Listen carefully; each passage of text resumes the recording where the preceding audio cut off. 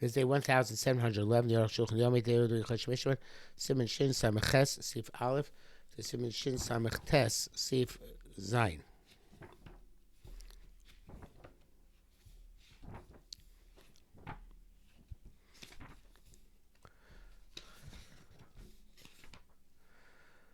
Shin Samech Ches Hamatzil O Hakodem Listim, somebody who saves or buys from a bandit.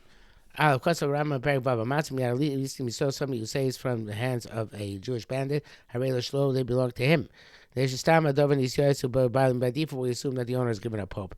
The other Shlo Yisrael Shuv, if you know the owner has not given up hope, Chayav Lachs, you have to give back. Matzim Yad Listim Kuti, or somebody who saves from a non-Jewish bandit, or Moches Kuti, or non-Jewish tax collector, Chayav Lachs, he has to give it back. Shestam at Dovan Shlo Yisrael Shuv, we assume by default that the owner has not given up hope. And Yisrael Shuv, if they did give up hope, they belong to the purchaser.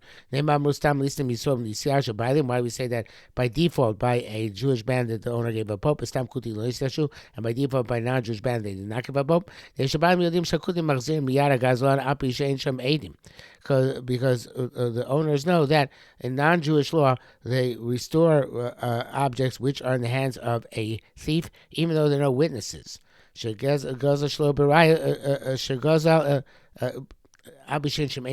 though no witnesses that he stole, and even with weak evidence, and by circumstantial evidence, and by the reckoning of the judges. Brings that down. And a fascinating idea, because our standards of evidence are based on much higher than by non-Jewish courts, so therefore people give up much more readily because they don't have that evidence to present in the Jewish court. That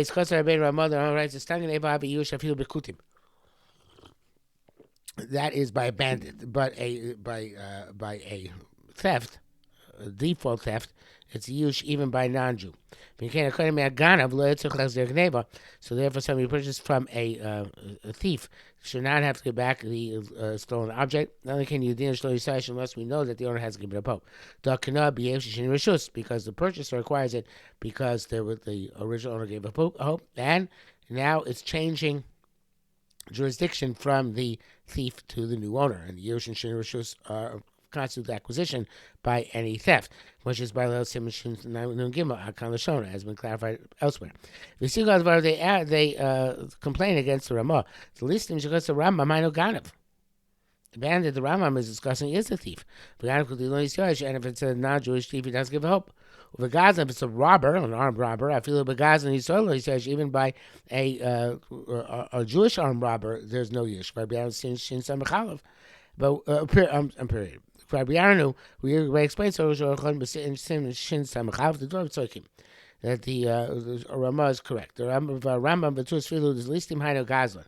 The Rambam B'Tur hold that a bandit is a robber, not a thief. In that case, the distinction between a Jew and a non-Jew.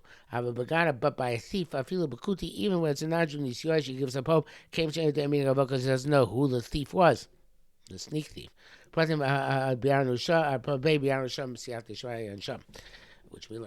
So according to this, there is a there's a machlokas.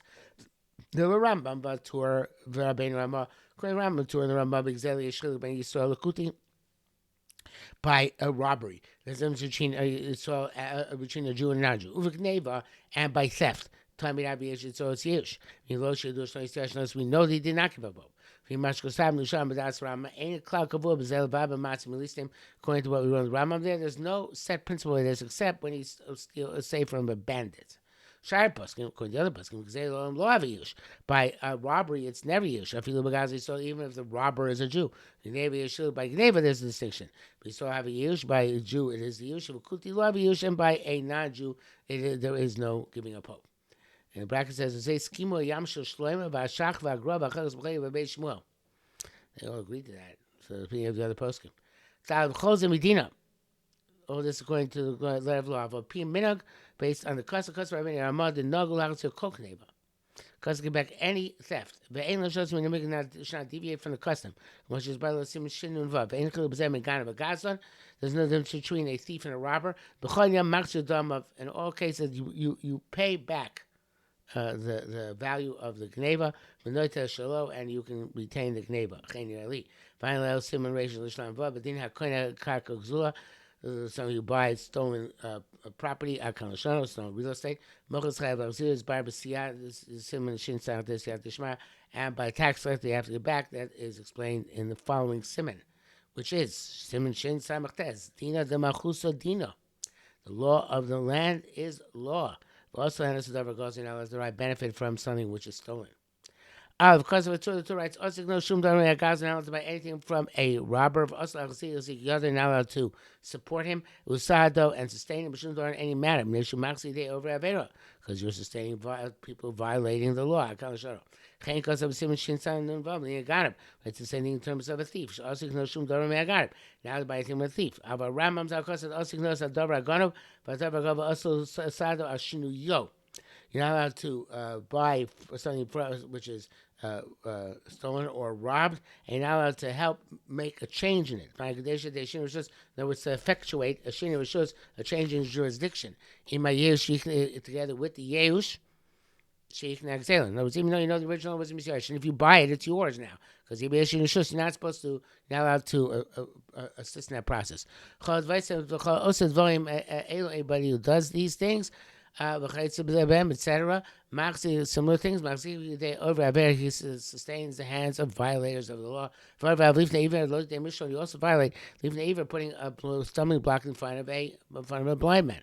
Because you're assisting the God of. It seems in what he's saying, sounds like the only prohibition is buying something when you know that you're buying a stolen object. Even though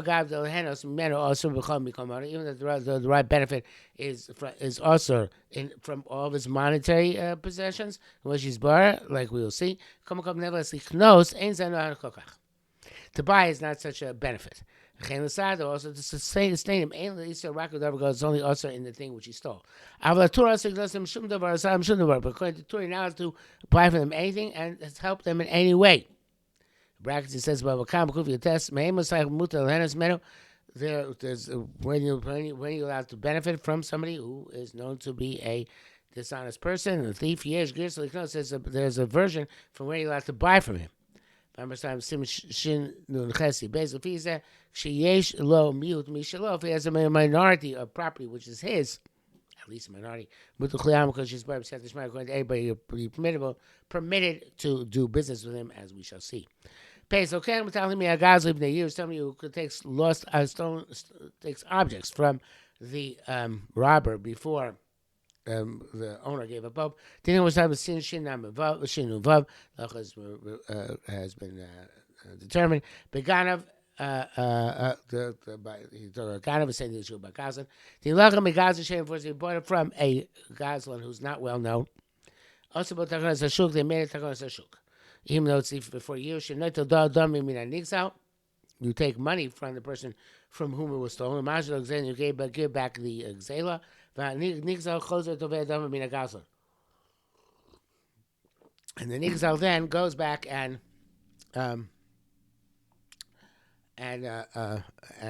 demands money from the Gazlan.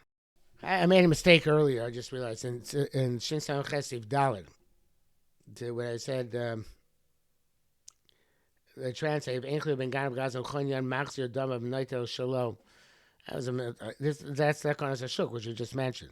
I said you pay the nigzal, you keep the stolen object. It's not correct. It means that the nigzal pays you. That's the kind of shuk. Pays you and takes his own object. So the idea is this Takanas Hashuk is a reference both back there in Shin Samach Dal. I translated wrong before, and over here in Shin Samach Tes pays, and the Takanas Hashuk is that again. I'll read again.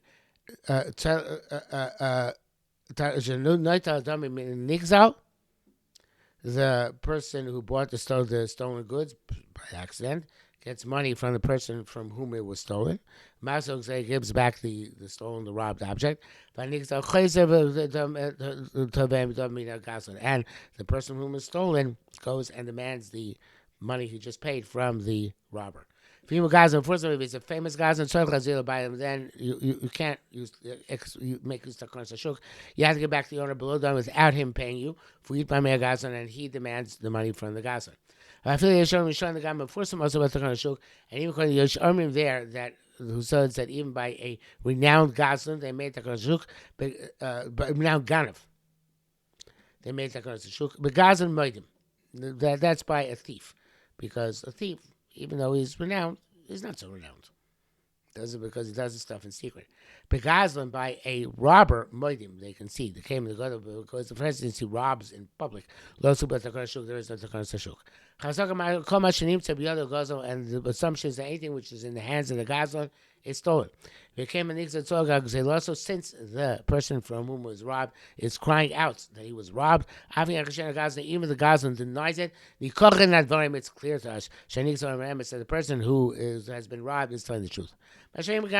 As opposed to the Ganav, the thief. The Shchichale, where a Ganav can't always find what to steal. I think that's what it means. Because it's in secret. He doesn't. Gazlan doesn't care. He just goes and does it. But the Ganav, he needs opportunity. So therefore, the Nignav has been evidence that the Gneva took place. It's possible this specific object is not one of the ones which was taken by the thief. If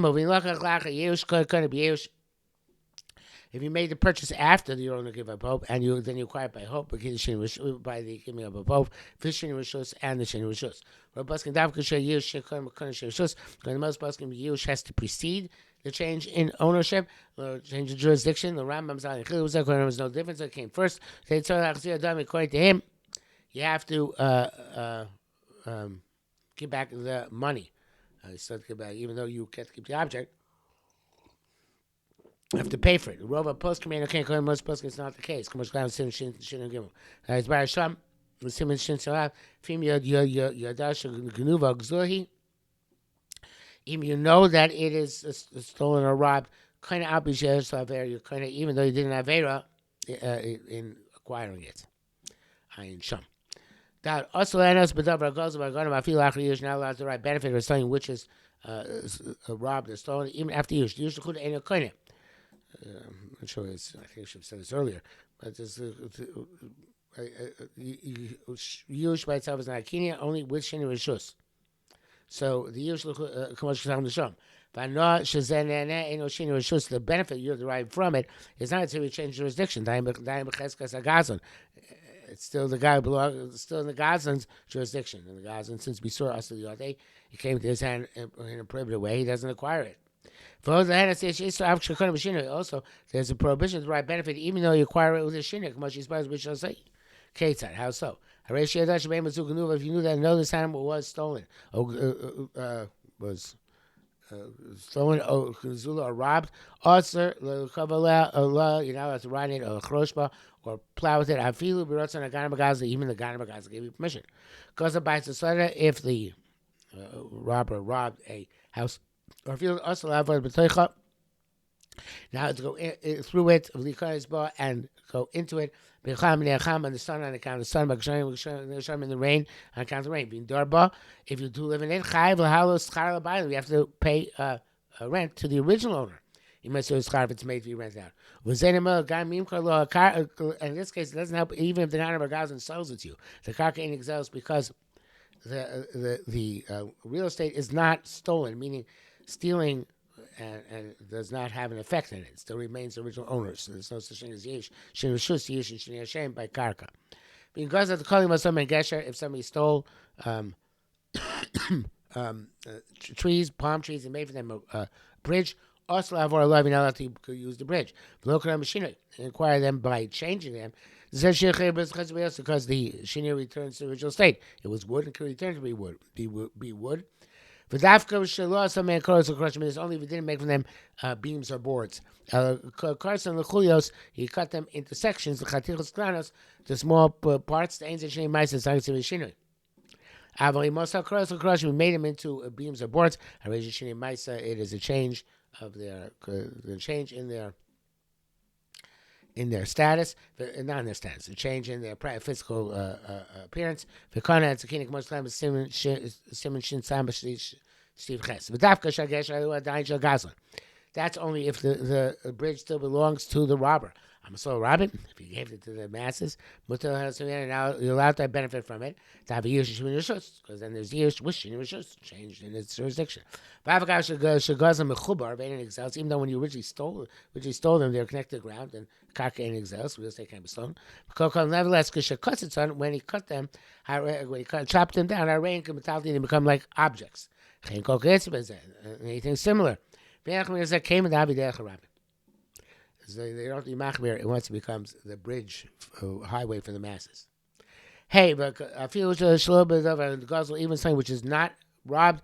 Also, has to be a gazelle money. Now do I benefit from the gazlan's monetary acquisitions? Anything he possesses. If the assumption is all of his money is robbed.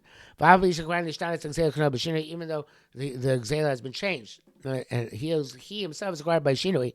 Shinui Hashem, or Shinui Maisa, which is different than Shinui Rishus. Shinui Rishus requires the definition is leaving the jurisdiction of the Ganav, but if it has a different name or it has a different physical form, so then it's even the Gaza could acquire it.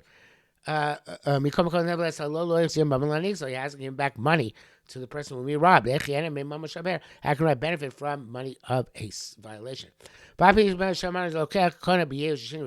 though we know that a purchaser acquires through Yush and changes jurisdiction, even though he knows it's stolen, robbed. That's true, he acquired it as acquisition. He committed a violation. If the Gazlan has a minority of monetary acquisitions, which we know are not robbed, even though most of his money is robbed, you're allowed to benefit him unless you know this specific thing, something which he robbed. To buy something where there's a suspicion that it's robbed, and these some people prohibit this. In this case, you can't assume it's from the minority. Some say the Sham and Isagankin. Also, the prohibition is only Elek Shaloni's Bar Sheshlo Makasha. We don't know he has a minority of legitimate acquisitions. Actually, Bar Gam Bisham over there, but we also know that he's a minority of legitimate acquisitions. Okay, that's the smile that does. So why don't we go to the majority, which is we know is from violations? Nearly, it's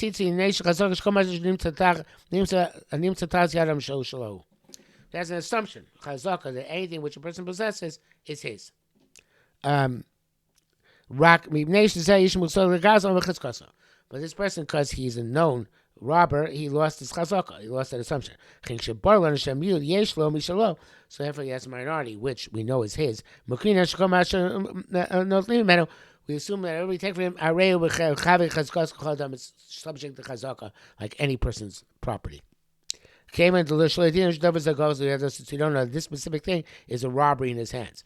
For me, we say in this case we juxtapose and combine the minority with the chazaka, Isle Ruba, and it damages the rove. The rove is therefore not operative. Also, don't follow the majority matters of money. When there's a chazaka. This Gazlan has a chazaka, he has the assumption that his money is his. It's a little bit difficult. As an analogy for this, let's say, if it's a complicated case to prove from. If you have non-Jews who came to the city and raided the city, and then there are no places for people to die. So all the wives of Kohanim are considered to be usher because we are afraid that they were raped by the conquerors. But if there's one hiding place in the entire city, we say, maybe all the wives of the Kohanim hid in that hiding place one after another, and therefore it saves all of them. So therefore they're all mutter their husbands. But so similarly here, maybe that money, the minority money, people are paying for that over and over again, and therefore it means that the money is not prohibited in benefit.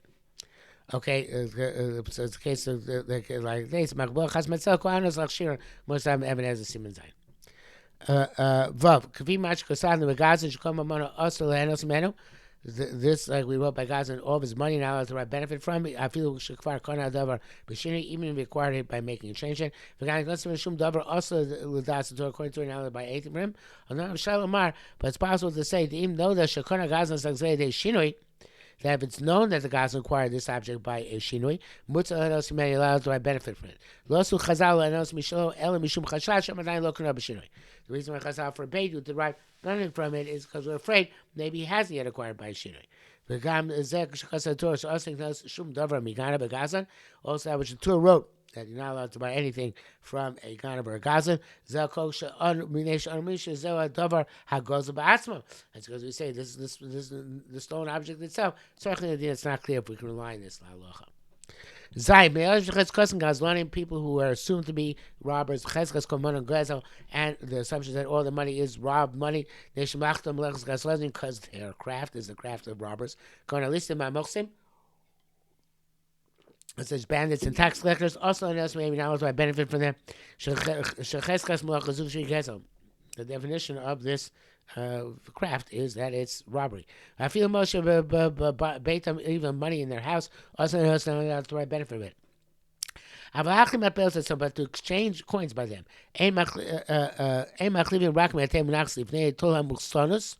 You can only not exchange from the box which is in front of them, in which they take the taxes. They should call because we assume it's all stolen. With money which he has in his house or in the marketplace, also is not in the tax box. Allowed to exchange. Came in the Ein Zan Nog more since it's not absolute benefit, since not really taking anything from him which you didn't have previously. They were not so machmir in this. So even from the tax box, if you have to give the tax collector this thief half a dinar, you only have a dinar. No slow law, you can give him the dinar and get your change of half a dinar. As if you're saving from him, and that he says is right what he said in Sif Aleph. Okay, amen. That is it for today.